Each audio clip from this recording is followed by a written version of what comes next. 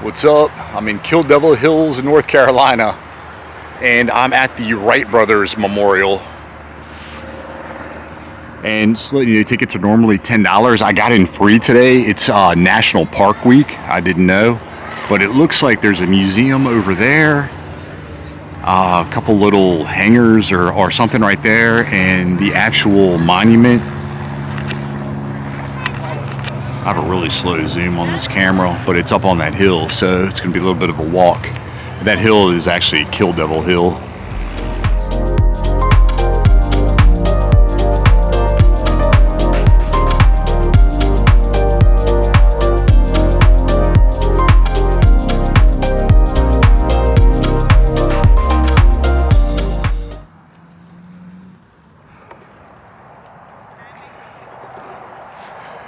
All right, getting there, and yeah, just got some background. Obviously, Orville Wilbur Wright, first man to fly a powered aircraft, December 17th, 1903. And just to give you some background, they're from Dayton, Ohio. They owned a bicycle shop, got into aeronautics, decided to come out here to test their flight. Really windy area, sandy bottom, I guess, to absorb any crashes. And they came out here and flew several hundred glided flights before making that first successful powered flight. So, take a walk up here.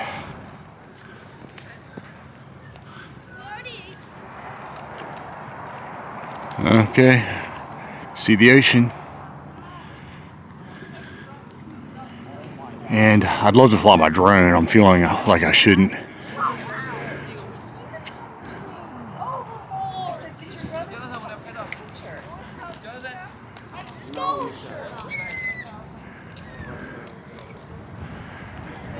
Take a closer look. I see a couple statues.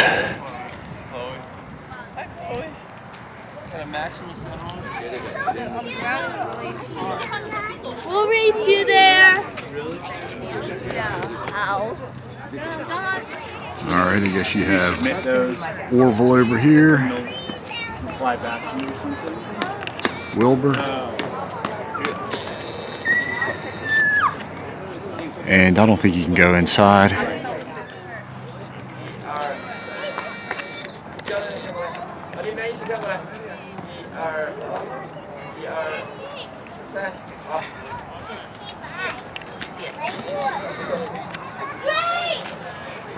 Say something to your tour.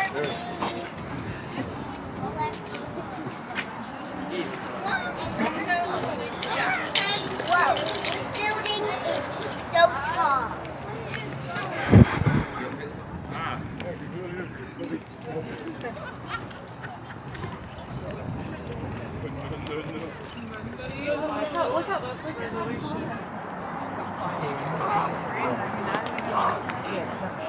Dedicated 1932.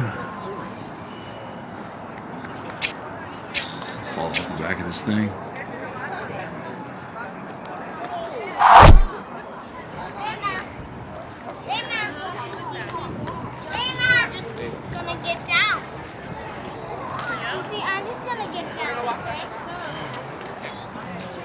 All right, gonna walk on back down.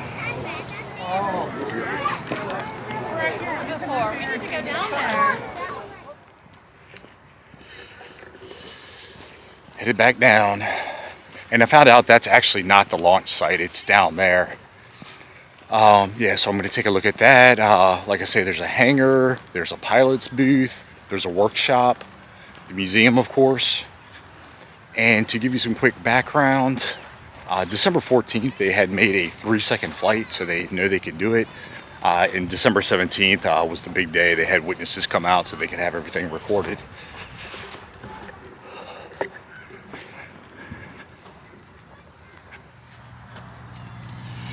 All right, stop to take a look at this plaque.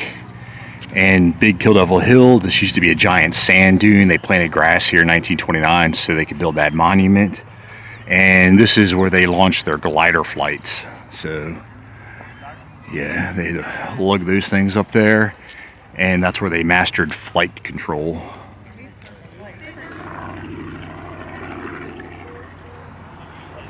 Yeah, there's an airport nearby, so I wouldn't be able to fly my drone anyway.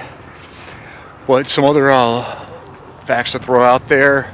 Wilbur was actually in the cockpit, if you will, during that first flight. He and Orville had flipped a coin. Orville was alongside helping kind of guide the plane. Wilbur died in 1912. Died of typhoid, I believe. But Orville made it until the 1940s, so he got to see modern aircraft. So, and coming up on a, looks like that would probably be a workshop. Okay, and here's the workshop they worked out of during the 1901, 02, and 03 seasons. And you can't go inside. You did? That's what the word is? No, yes, I read it yesterday. You weren't here yesterday. I was. I ran all the way here. It took me a long time. When I got here, I was out of breath. Storage area back here, not really much to see. Alright, let's go back. Let's go back somewhere. And this plaque over here talks about the monument dedication. Amelia Earhart was here, along with Orville. Amelia Earhart on the right.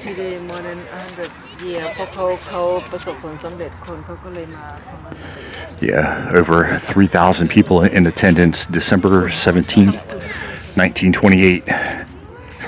And there's the spot where they took off. And like I say, 4 flights on that December 17th, and they've got a little stone marking where they landed. And this explains it.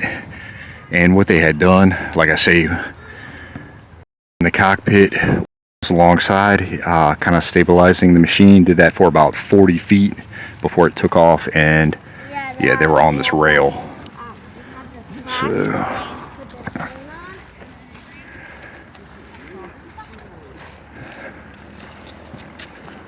and I'll walk down here, then I'll walk through the museum. First successful flight. So this is where it happened, and maybe this is the exact spot.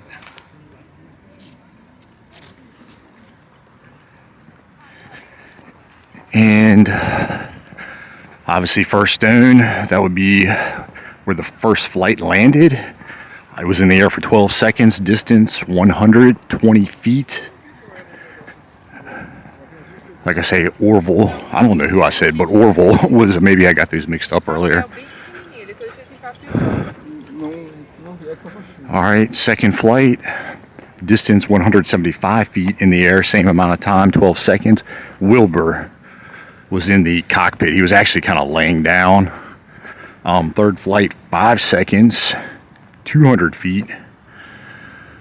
Orville piloting once again. And I'll go on down. The last one was a big one. It was 800 and some feet. And end of the fourth flight, 59 seconds, 852 feet. And yeah, they knew they had done something when they nailed this one. So, all right, I'm gonna walk over into the museum.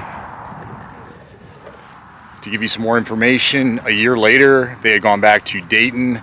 A local farmer let them fly on his farm, and they flew the first successful circle, so they could now steer. A year after that, they flew 30 circles, equaling 24 miles. Also something to note, 1908, Orville crashed. He nosedived 75 feet, killing his passenger, some sort of Army lieutenant, and that was the first person who to die in an airplane crash. So,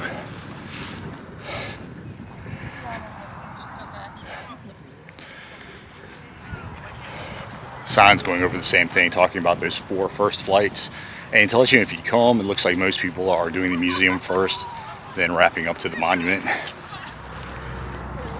And this just talks about, like what I had said, they selected this area because of the wind, the sand, and the isolation.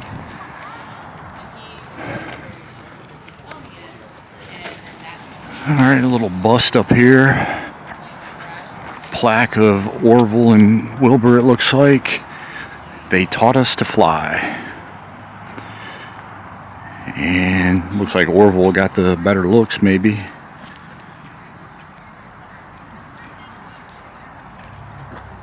Alright, so I'm going to walk through this museum. And I guess I'll start over here. And they've got a replica of that first plane. The original's in the Smithsonian.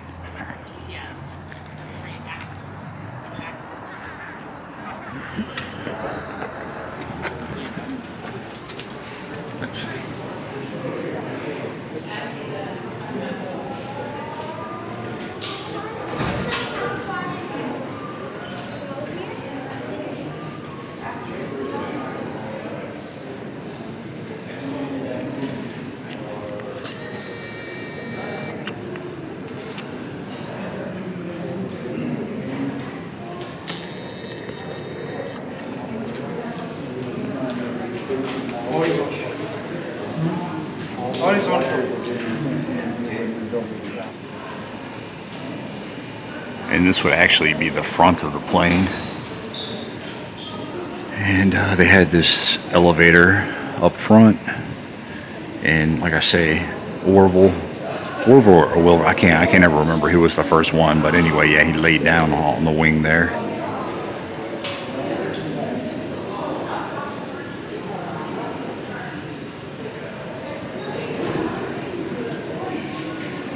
And yeah, these plaques are just going over just the different wing designs to provide thrust and lift.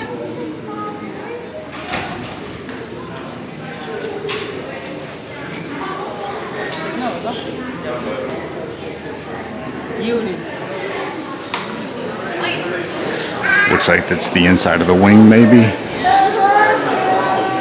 Okay, all right, I knew there had to be more to it.